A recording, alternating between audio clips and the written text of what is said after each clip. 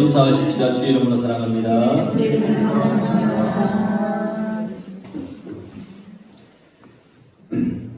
이 세상에 존재하는 모든 것들은 주인을 잘 만나야 됩니다. 뭐든지 다 주인을 잘 만나야 됩니다. 물건도, 살아있는 동물도, 짐승도 잘 돌보는 주인을 만나야 됩니다. 대전에서 늑대 한 마리가 주인을 잘 못 만나서 그러나 탈출을 하고 결국 다시 이렇게 살아 들어왔지만, 잘 가꾸는 주인, 잘 돌봐주는 주인을 만나야 됩니다. 사람도 마찬가지입니다. 주인을 잘 만나야 됩니다.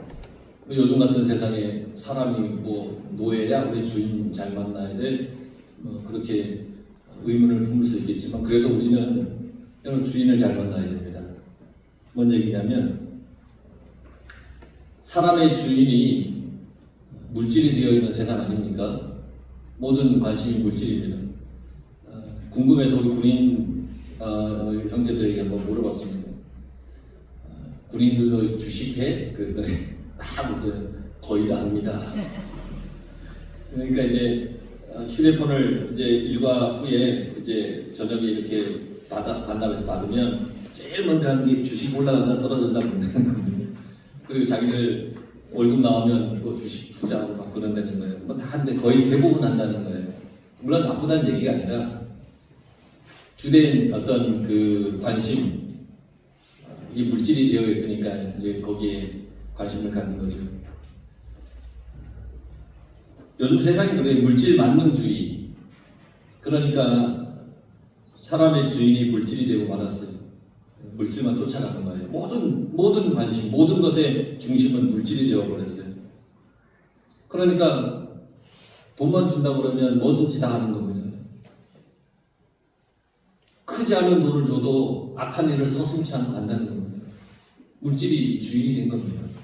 여러분 뉴스에서 많이 봤잖아요. 테러 하는 거, 집 앞에 가서 막 페인트 칠하고 막 지저분하게 만드는, 그거 하면 돈 얼마 줄 테니까 할 사람 모집을 하면 그렇게 많이 모인다는 겁니다.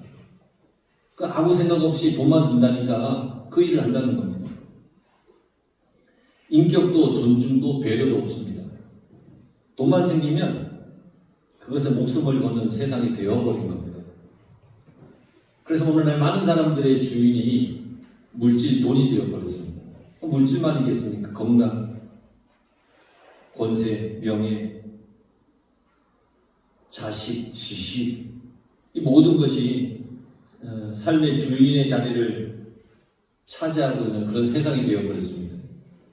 하지만 우리가 절대 잊어버리지 말아야 될 것이 있는데, 그건 바로 우리의 정말 주인은 하나님이셔야 한다는 겁니다. 하나님이 내 주인이 되어야 됩니다. 우리는 하나님께서 지으신 피조물입니다. 하나님이 여러분들을 지으셨습니다. 만드셨어요. 우리는 하나님께서 나를 지으시고 나의 주인 되심을 절대 잊어서는 안 되는 겁니다. 그렇게 지으셨어요. 나를. 자기 인생은 자기의 것이긴 하지만 근본적으로 우리는 다 하나님의 손에 달려있는 하나님의 자녀라는 사실입니다. 그러니까 하나님의 뜻을 따라서 여러분들의 인생을 살아야 됩니다. 하나님의 뜻을 따라서. 순서가 뒤바뀌어서는 안 됩니다. 내가 먼저가 아니라 하나님의 뜻을 따라 살아갈 때, 그때 하나님께서 우리를 이렇게 높여주시는 겁니다. 그러니까 하나님의 뜻을 늘 먼저 여러분 쫓아 살아가는, 하나님이 내 인생의 주인이십니다 라고 하는 그런 마음과 신앙으로 살아가시길 바랍니다. 오늘 성경에 나와 있는 말씀을 보면 지금 주님께서 그들에게 말씀하신다고 그랬죠? 41절. 예수님께서 그들에게 이르시되, 이 그들이 누구냐면 서기관들, 대제사장들입니다. 그들, 예수님을 시험하고자, 예수님을 올무에 걸어서 넘어뜨리고자 했던 그들은 그리스도가 다윗의 자손이라고 말하고 있습니다. 그리스도가 다윗의 자손입니다. 물론 맞는 말입니다. 성경은 그리스도가 다윗의 가문에서 나온다라고 얘기했으니까 맞는 말입니다. 그런데 그들은 그리스도가 다윗 아래, 다윗의 후손이기 때문에 다윗이 그리스도의 위라고 생각했습니다. 다윗의 영광을 다시 재현해 줄 그 존재가 그리스도라고 생각을 했습니다. 그러니까 다윗이 먼저입니다. 다윗이 이루어 놓은 업적이 대단한데 그 다윗의 그 업적과 그 위대함이 지금 다 사라졌는데 그것을 이루기 위해 오시는 이가 그리스도라고 생각을 했습니다. 그래서 다윗이 더 위라고 얘기를 하는 겁니다. 다윗의 후손이기 때문에 다윗의 시대에 누리던 그 영화로운 번영을 이을 자가 그리스도라고 여긴 거죠. 이 대제사장, 서기관, 바리새인들 다 그렇게 생각했습니다. 그러니까 그리스도는 이 다윗의 후계자 정도라고 생각했던 그들에게 지금 예수님께서 말씀하고 계시는 겁니다. 그리스도에 대해서 이들은 굉장히 큰 오해를 하고 있는 것이죠. 유대인들이 생각하는 그리스도는 뭐냐면 지금 로마에게 정치적으로 억압을 하고 있습니다. 종교적인 핍박도 당하고 있습니다. 그러다 보니까 경제적으로 매우 어렵습니다. 그러니까 이 모든 것을 다 해결해 줄 그런 사람이 올 텐데 그가 그리스도라고 생각을 했다는 겁니다. 하지만 다윗의 자손으로 오시는 그리스도 메시아는 사람의 몸으로 오긴 하지만 그분은 근본적으로 누구와 같아 보였어요? 하나님과 같은 분이었어요. 그분은 인류의 구원을 위해서 오시는 메시아이십니다. 그러니까 그리스도는 하나님께서 보내실 그리스도는 인류를 구원하실 그리스도이십니다. 그래서 예수님께서는 그들에게 어째서 그리스도를 혈통으로 가문으로만 다윗의 자손이라고 보느냐라고 하면서 그들을 꾸짖으신 거죠. 사도 바울은 그리스도에 대해서 뭐라고 얘기를 했냐면 로마서 1장 3절 4절에 그의 아들에 관하여 말하면 육신으로는 다윗의 혈통에서 나셨고 성결의 영으로는 죽은 자들 가운데서 부활하사 능력으로 하나님의 아들로 선포되셨으니 곧 우리 주 예수 그리스도시니라 그랬습니다. 다윗의 혈통에서 나셨지만 그 가문에서 나셨지만 그는 다윗의 가문의 한 사람이 아니라 죽은 자 가운데서 부활하셔서 모든 인류를 구원하시는 메시아이시다라고 하는 것을 분명히 밝혀서 얘기를 했습니다. 이게 그리스도에 대한 바른 이해이고 설명입니다. 그리스도는 그런 분이십니다. 그런데 이 서기관들과 대제사장들은 그리스도를 단순히 어떤 인간의 혈통으로만 생각을 했고 다윗의 영광을 재현할 그런 사람으로만 생각했습니다. 그래서 예수님께서 시편 110편 1절의 말씀을 인용해서 다윗과 그리스도의 관계가 어떤 관계인지를 명확하게 말씀해 주셨습니다.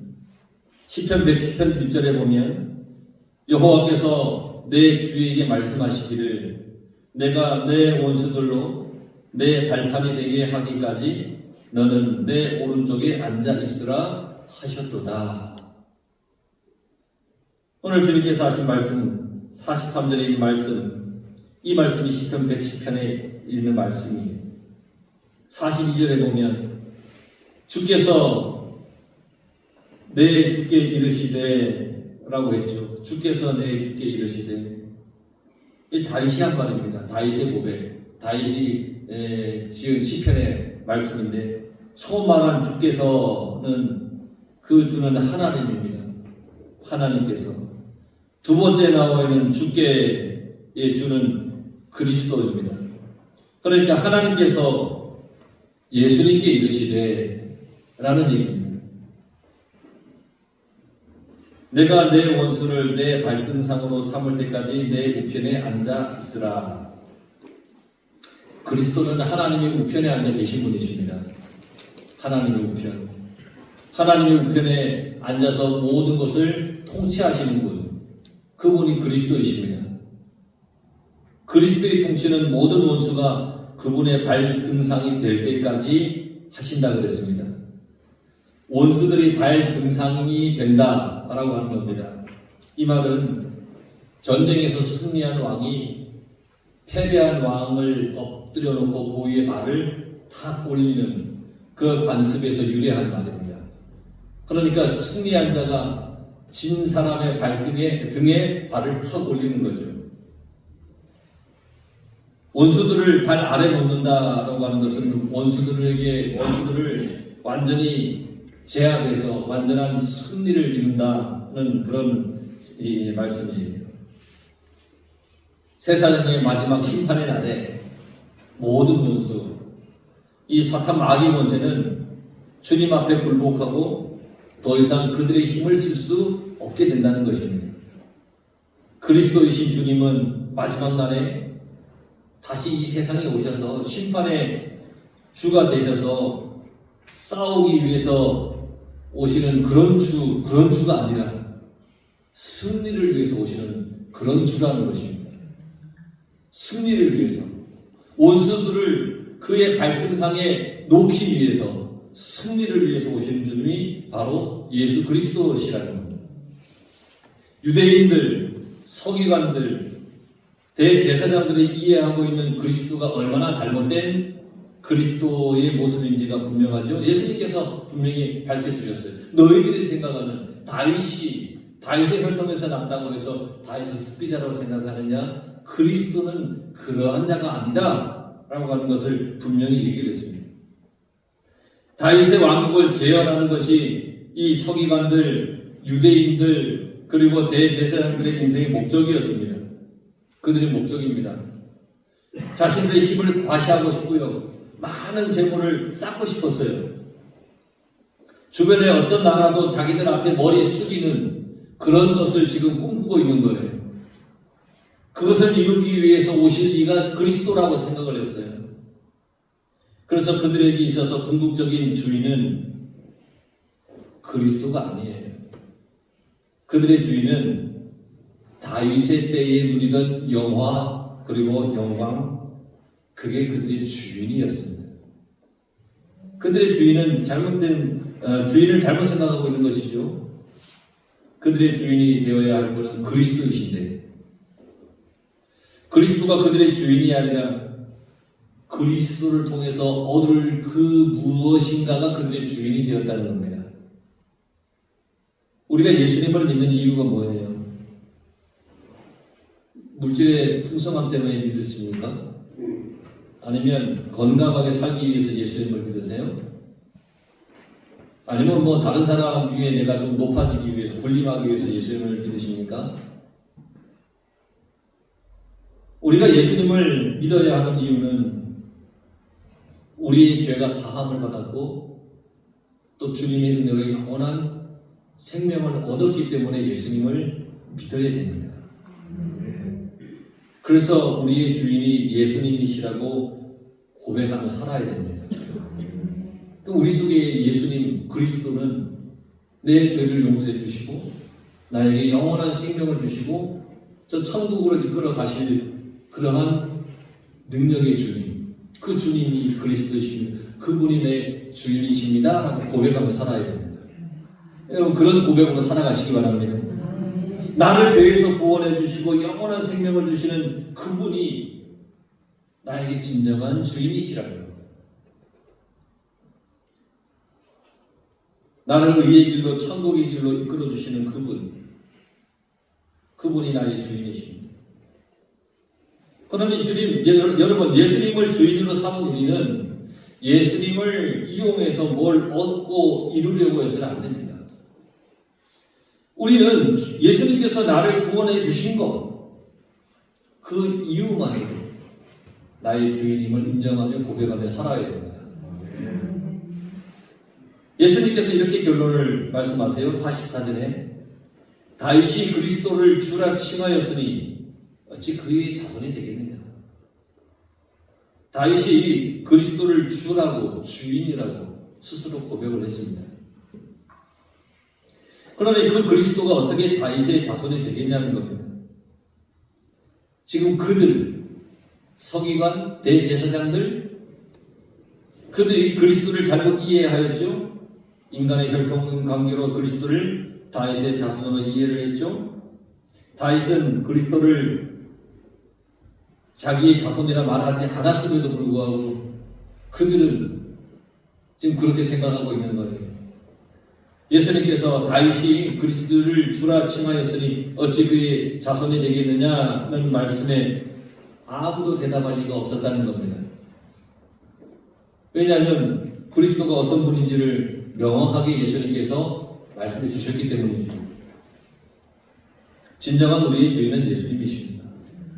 그렇기 때문에 예수님만 의지해야 됩니다. 예수님을 통해서 내 이익을 얻고자 하면 안 됩니다. 만약 그렇게 한다면 그 사람은 예수님이 주인이 아니라 예수님을 통해서 얻으려고 하는 그 무언가가 그 사람의 주인이 될 거라는 겁니다. 그러니까 그들, 이 서기관들, 대제사장들이 얼마나 이 마음이 완악하고 얼마나 탐욕이 있고 얼마나 이 마음이 욕심이 가득합니까? 주님께서는 모든 사람들과 제자들에게 서기관들의 이 교만한 태도를 조심하라 라고 그렇게 말씀하셨습니다. 예수님이 주인이 아닌 사람은 그 삶 자체가 교만한 겁니다. 그래서 그들을 예수님께서 이렇게 표현했죠. 긴 옷을 입고 다니는 것. 46절 말씀. 서기관들은 긴 옷을 입고 다니는 사람이라는 거예요. 옷이 길어요. 위선이 자기가 잘났다고 표현하기 위해서 옷을 길게 입는 거예요. 위선의 표현이에요. 대부분 바리새파에 속한 이 서기관들은 율법 교사예요. 율법을 가르치는 사람이에요. 그러니까 어떤 위엄과 권위를 나타내기 위해서 큰 행사가 있을 때마다 고위 성직자들의 권위를 나타내는 그런 행동인데 옷을 길게 입고 다니는 거예요. 이 권위라고 생각하는 거예요. 옷을 길게. 그 율법에 대해서 남들보다 지식이 월등하다라고 생각하는 이 우월의식, 이 교만스러운 자기 어떤 과시욕을 나타내기 위해서 옷을 길게 입고 다니는 거예요. 과시하는 거예요. 여러분, 이 중고등학교 애들이 옷을 길게 입고 온 동네 땅을 다 쓸고 다니잖아요. 청소 다 하고 다니잖아요. 걔네들이 그 옷을 왜 입는지 아세요? 과시하려고 그렇습니다. 과시하려고. 내가 좀 약간 잘 나가 뭐 이런 어떤 과시. 그런 의미에서 입는 애들이 대부분입니다. 그러니까 불쌍히 여기십시오.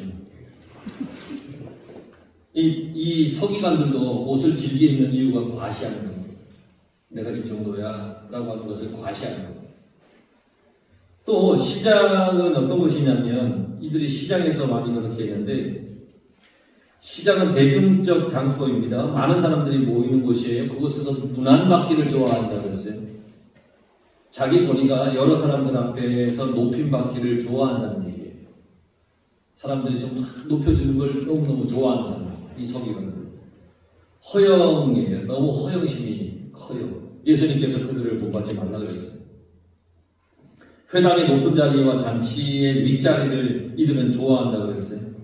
서기관들이 종교적으로나 사회적으로나 항상 높은 자리에 차지하고자 하는 그 명예욕, 그것에 대해서 주님께서 그거 담지 마라 라고 말씀하시는 거예요.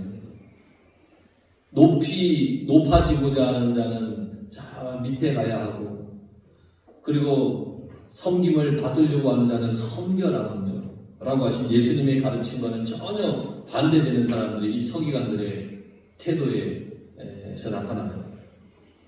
이러한 바리새인들을 삼가하라, 이 서기관들의 모습을 삼가하라는 경고의 말씀은 비단 이 서기관들에게만 국한된 게 아니라 보통 사람이 갖는 욕심을 향하여 꾸짖는 말로 이해해야 합니다. 우리에게 하시는 말씀입니다. 혹 여러분 주님의 말씀과 반대되게 살아가면 주님이 우리를 꾸짖으시는 겁니다. 여러분 높아지고 싶으세요? 높아지고 싶죠. 나아지고 싶은 사람이 어디 있겠어요? 그러면 주님은 높아지고 싶으면 먼저 낮아져라. 섬김 받고 싶냐? 그럼 먼저 섬겨라. 그럼 주님의 말씀대로 우리가 그렇게 살아가야 됩니다. 근데 주님의 말씀은 따르지 않고 무조건 높아만 지고 섬김만 받고 싶으면 그 사람은 욕심이 많은 거예요. 주님은 그렇게 하지 마라 그랬어요. 우리가 예수 그리스도를 주인으로 삼지 않으면 그리스도에 대해서 잘못 알고 신앙생활을 한다면 우리는 교만해지고 허영심에 사로잡히게 될 것이고 스스로 높아지려고 할지도 모릅니다. 그러니까 주님에 대해서 여러분 잘 알아야 합니다. 주님을 그래서 주인으로 잘 섬겨야 됩니다. 잘 믿어야 됩니다. 그런데 그렇지 않으면 주님의 말씀대로 그렇게 안 하면 그 최후가 어떻게 되느냐? 그게 47절에 말씀하고 계십니다. 더 많이 가지고 있으면서도 가난한 자의 것조차 탐내는 인생이 되고 말 거라는 겁니다. 더러운 탐욕이 그의 인생이 된다는 겁니다. 탐욕은 더 큰 탐욕을 불러일으키죠. 그런 인생은 결국 탐욕만 부리다가 스스로 구덩이에 빠지게 되는 겁니다. 욕심이 잉태하여 죄를 낳고 죄가 장성해서 사망에 이른다라고 얘기를 했습니다. 내 속에 탐욕이 있으면 그게 점점 나를 죄 가운데 빠지게 만든다는 겁니다. 결국은 그걸로 인해서 내가 죽게 된다는 겁니다. 외식으로 길게 기도한답니다. 서기관들은. 남에게 보이기 위해서 사는 인생이죠. 보여주기 위해서 길게 기도하는 겁니다.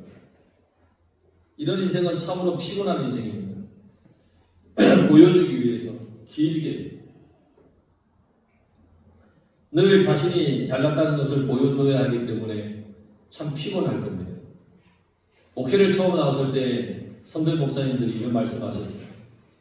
새벽 기도를 하면 목사가 제일 늦게 나와야 돼? 왜요? 야, 그래야 교인들이 거룩하다고 생각해. 빨리 나가면 저 목사 기도도 안 한다고 사람들이 막 그럴걸? 그러니까 제일 늦게 나와 그럽니다. 그래서 정말 그렇게 해야 되는가 하고 어느 정도는 그렇게 한 적이 있습니다. 그런데요, 뭐 이렇게 표현하면 어떻게 될지 모르겠잖아요. 미치겠더군요. 왜냐하면 저는 그날 하나님 앞에 드릴 나의 기도의 어떤 내용을 다 기도를 했어요. 그 새벽에. 그러면 이제 기도가 끝난 거잖아요. 그럼 끝났으니까 이제 나가면 되잖아요. 그런데 이 선배 목사님들 교인들보다 제일 다 나간 다음에 나가는 거예요. 그러니까 기도가 되겠습니까? 나갔나 안 나갔나 소리를 들어야 될 거 아닙니까? 기도에 집중이 됩니까? 저번 사람이 왜 저렇게 안 나가? 뭐 그런 생각 하지 않겠습니까? 그 기도에 집중이 됩니까?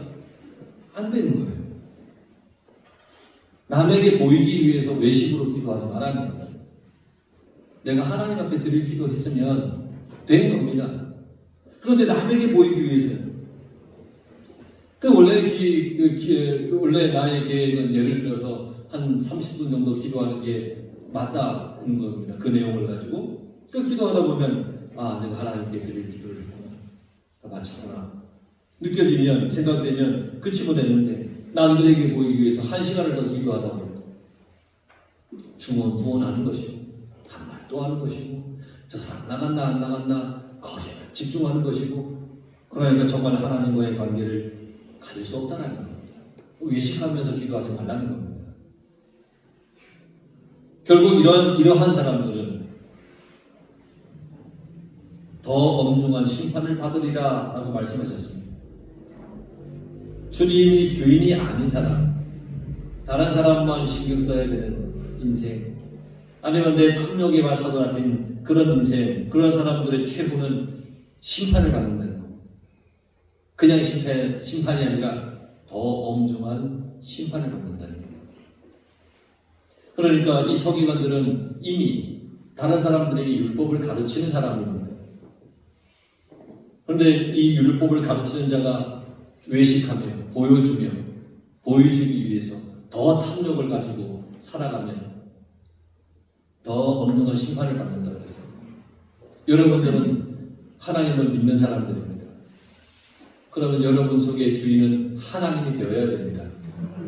그런데 만약 하나님이 되지 않고 남에게 뭔가를 보여주거나 아니면 성도들 간의 어떤 경쟁을 하기 위해서 더 기도를 많이 하려고 막 하는 어떤 그런 목적이거나 아니면 정말 내 속에 주님을 이용해서 뭔가 이득을 얻고자 하는 그런 마음이 있다면, 주님을 믿는 사람이 그런 마음을 갖는다면 마지막 때 심판을 받는데 더 엄중한 심판을 받을 것이라 그랬습니다. 그럼 우리는 어떻게 살아야 됩니까? 우리는 주님이 주인인 인생을 분명히 살아야 됩니다. 주님이 나의 인생의 주인으로 숨기며 살아야 됩니다.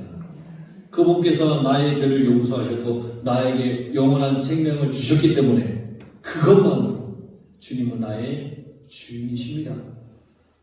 이런 고백과 믿음으로 살아야 됩니다. 주님이 나의 인생의 주인이기 때문에 이제부터는 주님 안에서 살아가야 되는 겁니다. 그러니 매일매일 여러분 주님과 동행하며 살아가시기 바랍니다. 에녹은 살아있는 동안 주님과 동행하였다고 했습니다. 매일매일 우리는 주님과 동행하며 살아야 됩니다. 주님이 나의 주인이라고 고백하면서 날마다 감사하며 기뻐하며 살아가야 됩니다. 우리 모든 성도들이 그러한 인생, 정말 그리스도가 나의 주인이심을 순수하게 고백하며 믿으며 살아가는 그런 인생들이 다 되기를 간절히 축원합니다. 기도하겠습니다.